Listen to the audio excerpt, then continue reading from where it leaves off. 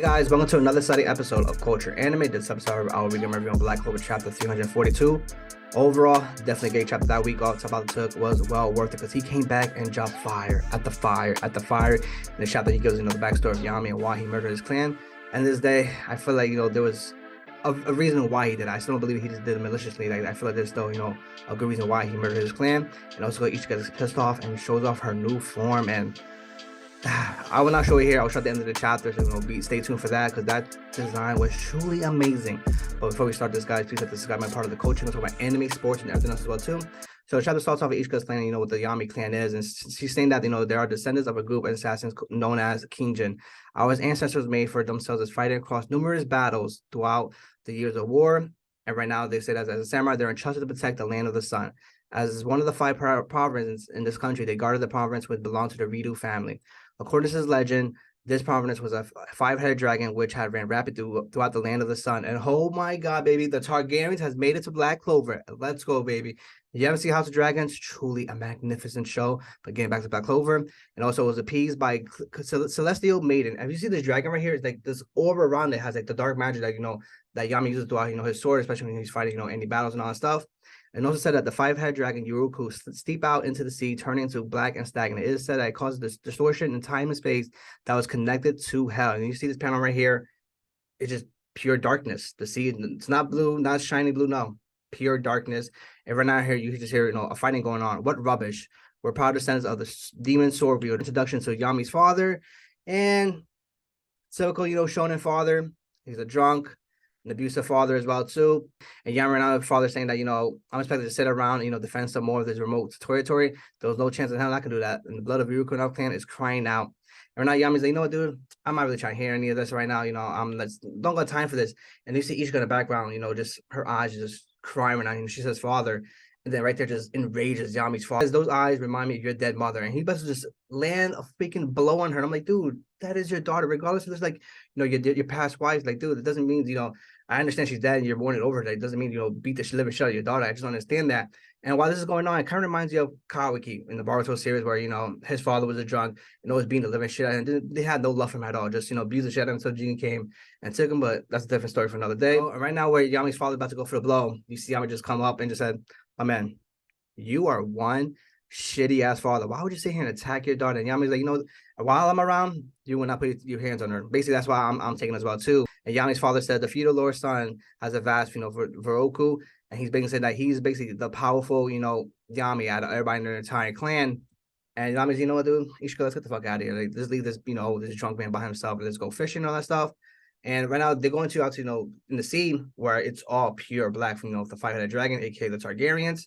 And then while they're fishing, and you see, Ryu pop up, and he doesn't have the eye patch in his eye, which is, telling, like, when does he get this power? Does he already have it, or does something happen to him that he has his power? But anyway, there's a crew over there, watching Yami going fishing and all that stuff. They see Ryu and they call him by his real name. He's like, guys, you don't have to call me by that. You call me Ryu. It's okay with that. And he been saying that, I don't care what your status is or how much Ryuko you guys got. What I want is for everyone in this country to live, laugh together as equals. Basically, that he has a dream that, to come everybody together. Basically, how Asta dream is that too. He can show that, even though I have no magic power, I want to show that, even if someone who doesn't have magic power can make it to the top as a Wizard King, and we can come everybody together and have everybody equals as one as well too. And this face right here, Yami has such an innocent face right here. And the thing, like, this face have, the ability to, go out there and murder the entire clan. Where he says that, still, I can't hate him for the sort of dreams because he has that aspiration as well too. And it goes up to Ichika and she's saying that I also thought the same thing as you thought as Yami, talking to Asta and stuff, but she's like, those words were false. He was just like father, he was the same as father, but no, he was worse than him. And this panel right here was fire. And it says right here, the age of 13, that man murdered his family and his entire clan. And right now you see Ryu holding Ichika, like, he's basically battered up too. And you just see, I believe that's his father he just killed right there. And that eye right there just remind me of Itachi right there. Where, he killed everybody. And he gave them, Sasuke with hit him with the Genjutsu at that time. But anyways, getting back to this right here, I don't think Yami did this purposely. I feel like, he had a true motive. Maybe he heard his old father talking, maybe going to overtake the Ryu Kingdom and, massacre all of them. And then, because mind you, before, the panel, like I said before, you see Rita talking about that he wants everybody to become equals and work together as one. And maybe his father had different plans. He's like, damn, what do I do? if I murder this clan, who treat my daughter like shit, will my father treat her like shit, and probably, treat her more like shit, or do I just go back and try to save Ryu and his dream as well too, and just massacre so we don't have to deal with none of this stuff.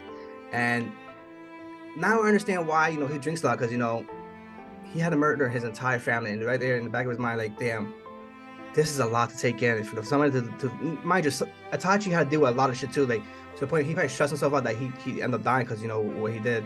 I know he overused the monkey gun, shotgun, and all that stuff. I understand that, but the same thing with Yami, like, he probably stressing out so much that all he could do is just get drunk and take shit. While he's taking shit, he probably just thinking, realizing like, damn, I've really killed my entire clan. Let me go to, I'm here in this new kingdom. Let me try to give him, the same ideas that Ryu had. That's my theory. Comment below. Let me know what you guys think about that as well too. Do you really think Yami did killed them purposely, or did he had a reasoning why? Saying the reason why Itachi had the same thing, where they was gonna massacre everybody and hit and leave. But anyways, getting back to Ichika, and he basically said, Asta, like, then he abandoned us, ran into a foreign country, like people like you. And how can you trust somebody as a scum like him? And Asta's like, yo, chill the hell out. Like, there must be some mistake. Because we all know Company, I don't think he would just do that. He loves his black boys. Like, I don't think like he has that intention to kill somebody, especially an entire clan. And Asta's still like, yo, what you're saying might be wrong. Your story might be wrong, and I believe in Captain Yami. And the Captain Yami I'm saying would never do anything like that. And the Ichika's getting fucking pissed. Like, you can tell that it's really, her blood is boiling right now. And she said, I seen it in my own eyes. It's the goddamn truth. And right now, they're just going back and forth, back and forth, back and forth, back and forth. Asta says, you got it wrong. Even if you're Captain Yami's little sister, I refuse to back out on this. The Ichika, that her paranoia with her eye just gets sort of pissed. She's like, in that case, say less. Show me the strength, what you learned from that man. And we're gonna zoom my trainer right now. And mind you, we didn't have to see her scrolling her entire time. Mind you, she's just been using those Zenton. And all of a sudden, she pulls out her scroll and she's like, just like you wanted, I'm going to go all out. This panel right here, her new design, her new transformation looks so freaking badass. Easily one of the top 10 favorite, transformations throughout the entire Black Clover. It's called Black Yujutsu, Dark Cloak, Black Mushu. And this right here looks so freaking badass. Give me a Ghost of Tsushima rides for PlayStation 4 if you guys haven't played the game. Truly magnificent game. And she says, I no longer care if it kills you. And I'm like, ooh, ooh, ooh. She is pissed, and she's like, you know what? I'm gonna show you what I learned under Ryu, and you're gonna show me what you learned under Yami. And I feel like next battle, I feel like this time Asta will go all out, full strength, and I cannot wait for this true battle of both of them going at 100%. This right here is gonna be truly, truly amazing. Right now, Ichika's really, really pissed as well too. And that's how the chapter ends. I want to comment below and let me know what you guys think about Ichika's new transformation. This right here is truly badass. The next chapter is going to be something magnificent. And right there, she's like, that's fine. Don't believe me, but I'm going to beat it to you understand that what Yami did is the truth. And then Asta's like, you know what? I'm going to stick it for Yami. And I'm going to beat it inside of you to show you that Captain Yami, somebody, who never do something like that. So next chapter is going to be truly something amazing. I cannot wait for next chapter, get my review in that as well too. Comment below, let me know what you guys think of the transformation, what you guys think about, Captain Yami's backstory. Do you think he really did as well too? And do you feel like next chapter is going to be a whole lot battle between, Asta and Ichika? But before we end this, guys, please hit subscribe, by part of the coaching on top of anime, sports, and everything as well too. And this is Culture Anime.